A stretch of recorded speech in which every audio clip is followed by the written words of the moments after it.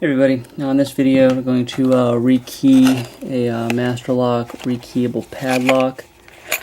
This is a model 6842D. When these come from the locksmith or supply place, they come what's called zero-bitted, which means a key blank will actually open them.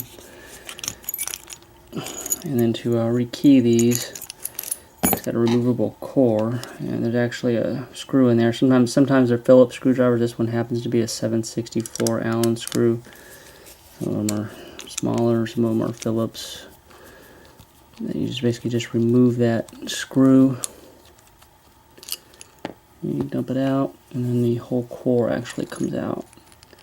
And this particular one actually takes a standard kick cylinder, so it has this piece, which kind of completes the figure 8 on it.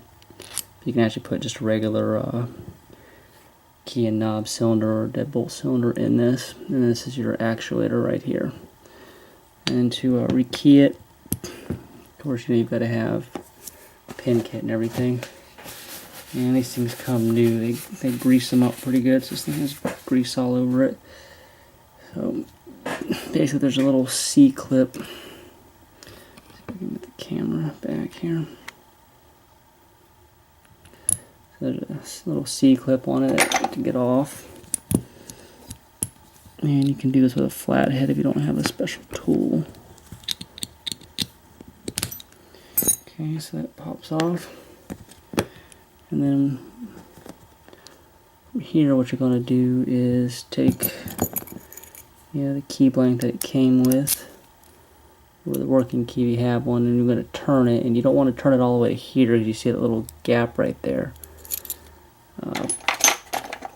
Unless your follower, well, my follower actually covers it, so if your follower doesn't cover that gap, if you're just using like a dowel rod or something, then you don't want to turn it that far. You don't want to put it right there because your driver pins will actually fall into that gap and jam you up.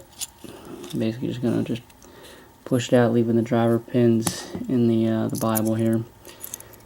And this one is drilled 6, keyed 5.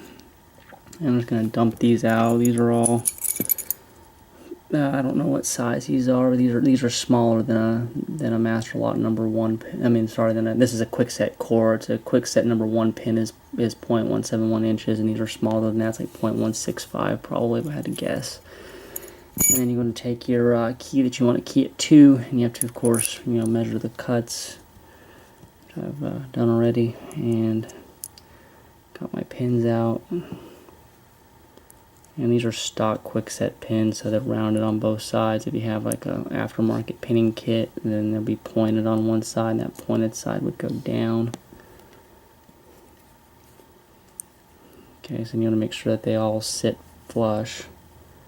See that they do here, and then we're going to put our plug back in. And again, if you don't have a hollow follower like this, you want to make sure that you don't have that gap where the driver pins can fall into it if you are just using like a dowel rod.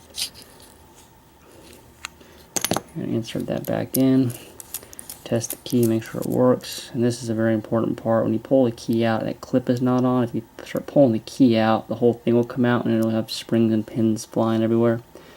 And you'll have to look at one of my other videos on how to fix that. So you gotta make sure you put your thumb on it, hold it, and remove the key.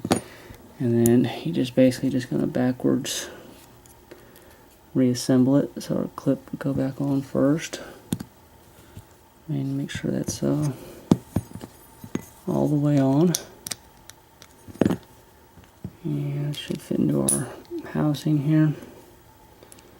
And our actuator.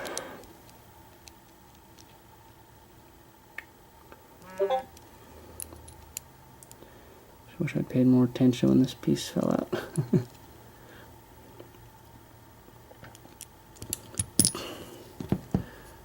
Look in the lock here and see how this goes.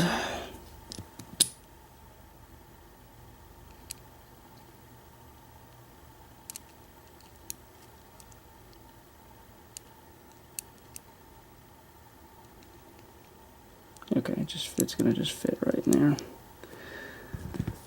Right like so. And then when we look into the body of the lock, you'll see on the bottom side here as we're looking at it, that's our actuator. So this piece here has to line up with that, so it's going to go in this way. And of course your screw hole, you see it lines up with the screw hole right there. So I'm going to drop that back in and take our screw and just drop that in.